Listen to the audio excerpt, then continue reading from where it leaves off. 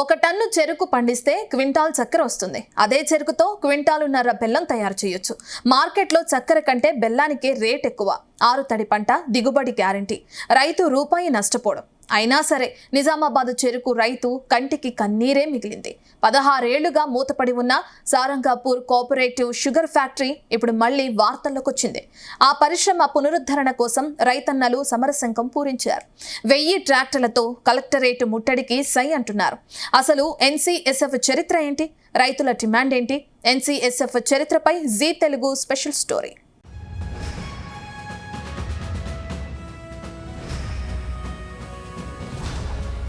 తులం బంగారం 100 రూపాయలకే దొరికే రోజుల్లో నిజామాబాద్ జిల్లా రైతాంగం తమ చెమట చుక్కలని పెట్టుబడిగా మార్చింది. 100-200 కూడబెట్టి 2,95,00,000 జమ చేసింది. ప్రభుత్వం మరో 50 లక్షలు కలిపింది. 1964లో సారంగపూర్లో ఎన్సీఎస్ఎఫ్ చక్కెర ఫ్యాక్టరీ రూపుదిద్దుకుంది. సహకార రంగంలో తెలంగాణలోనే మొట్టమొదటిసారిగా వెలిగిన ఈ ఫ్యాక్టరీ దశాబ్దాల పాటు వేలాది కుటుంబాల ఇళ్లలో వెలుగులు నింపింది.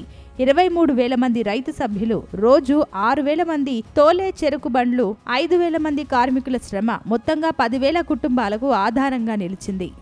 రైతులు మా తాత ముత్తాతలప్పుడు 100 రూపాయలకు తులం బంగారం ఉన్నప్పుడు ఒక 100 షేర్ హోల్డర్స్ జమ చేసి ఈ ఫ్యాక్టరీ నిర్మాణం చేయబడ్డది. అప్పుడు చాలా బాగా నడిచింది. దానివల్ల నచ్చిన లాభంతో బంగ్లాలు కట్టుకున్నారు, భూములు కొనుక్కున్నారు, పెళ్లిళ్ళు చేసిండ్రు. మరియు దసరా పండుగకు ఫైనల్ బిల్ వస్తే బట్టలు కొనుక్కున్నారు, పండుగ చేసుకున్నారు. అసొంటి ఫ్యాక్టరీ బంద్ అయింది కనుక ప్రభుత్వం అల్కగా ఉన్నది. ఎలక్షన్ వచ్చినప్పుడు మీ ఫ్యాక్టరీ తెరుస్తామని చెప్తున్నారు, ఎలక్షన్ తర్వాత మర్చిపోతున్నారు. కానీ రాజశేఖర రెడ్డి వారు మరవకుండా మాట ఇచ్చినప్పుడు 5 కోట్లు ఇచ్చిండు. ఇచ్చినాక అక్కడ మూతబడ్డాక ఉన్నటువంటి ఉద్యోగస్తుల జీతాలకి సరిపోయినాయి. తన రెండోసారి ఇస్తామనేలోగా ఆయన అకాల మరణం చెందిండు కనుక తర్వాత వచ్చిన వాళ్ళు ఫ్యాక్టరీని పట్టించుకుంటలేరు, చేస్తలేరు. అయితే ఎవరినన్నా మేము అడిగితే వాళ్ళు ఏమంటుండ్రంటే, అన్నయ్య మీరు మత్తు చెప్తారు, ఫ్యాక్టరీ చెరుకు పెట్టడానికి రైతులు తయారు లేరు అని అంటున్నారు. రైతులు ఇప్పుడు మేము తయారున్నాం, చెరుకు పెడతాం అంటున్నారు. ఎందుకంటే ప్రభుత్వం ఏమంటుందో 6 తడి పంటలు వేయండి. ఇక్కడ పుష్కలంగా నీరున్నది కనుక 6 తడి పంట కిందికే చెరుకు వస్తుంది కనుక చెరుకు వేయేందుకు తయారున్నాం అంటున్నారు. కానీ ఆనందం ఎక్కువ కాలం నిలవలేదు. అధికారుల అవినీతి, పాలకుల ఉదాసీనత ఫ్యాక్టరీ కొంప ముంచాయి. 2008 మార్చి నెలలో ఫ్యాక్టరీ సైరన్ మూగబోయింది. యంత్రాలకు తుప్పు పట్టింది. కార్మికులు వీధిన పడ్డారు. ఎన్నికలొచ్చిన ప్రతిసారి ప్రతి రాజకీయ నాయకుడు ఫ్యాక్టరీ తెరిపిస్తాం అని ఓట్లు అడిగారు. గెలిచాక మాట మార్చారు. గత 9 ఏళ్ల ప్రభుత్వంలోనూ రైతులకు దక్కింది మోసమే. ఇప్పుడు రేవంత్ రెడ్డి ప్రభుత్వం కూడా సబ్ కమిటీ నివేదికను పక్కన పెట్టేసిందంటూ రైతులు మండిపడుతున్నారు.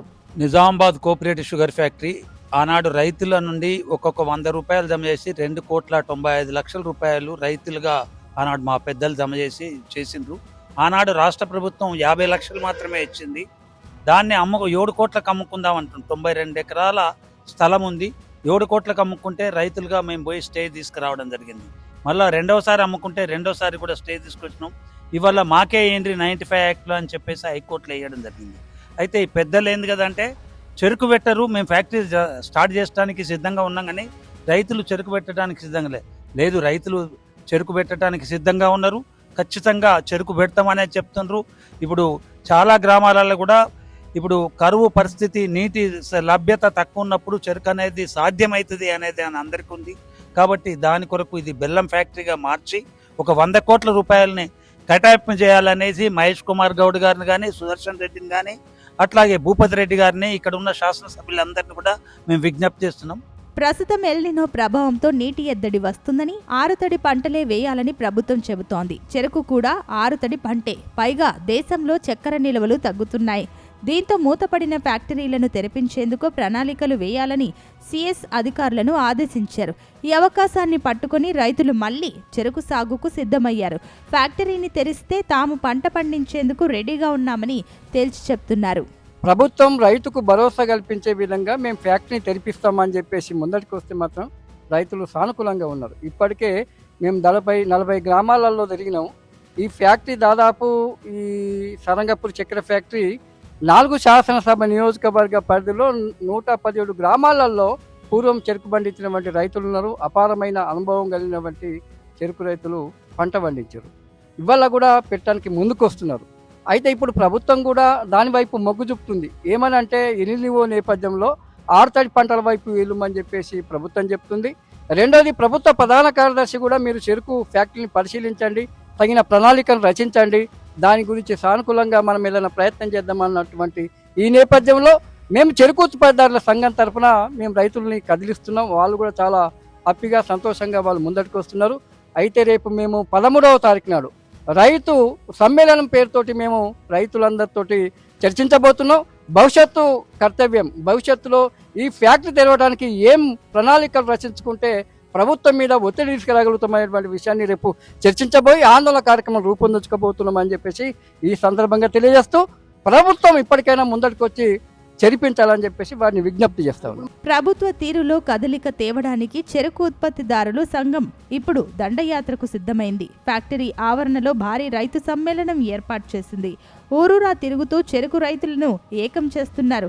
ఈ సమ్మేళనంతో ఆగకుండా ప్రభుత్వం దిగిరాకపోతే ఏకంగా 1000 ట్రాక్టర్లతో నిజామాబాద్ కలెక్టరేట్ను దిగ్బంధించేందుకు వ్యూహం రచిస్తున్నారు.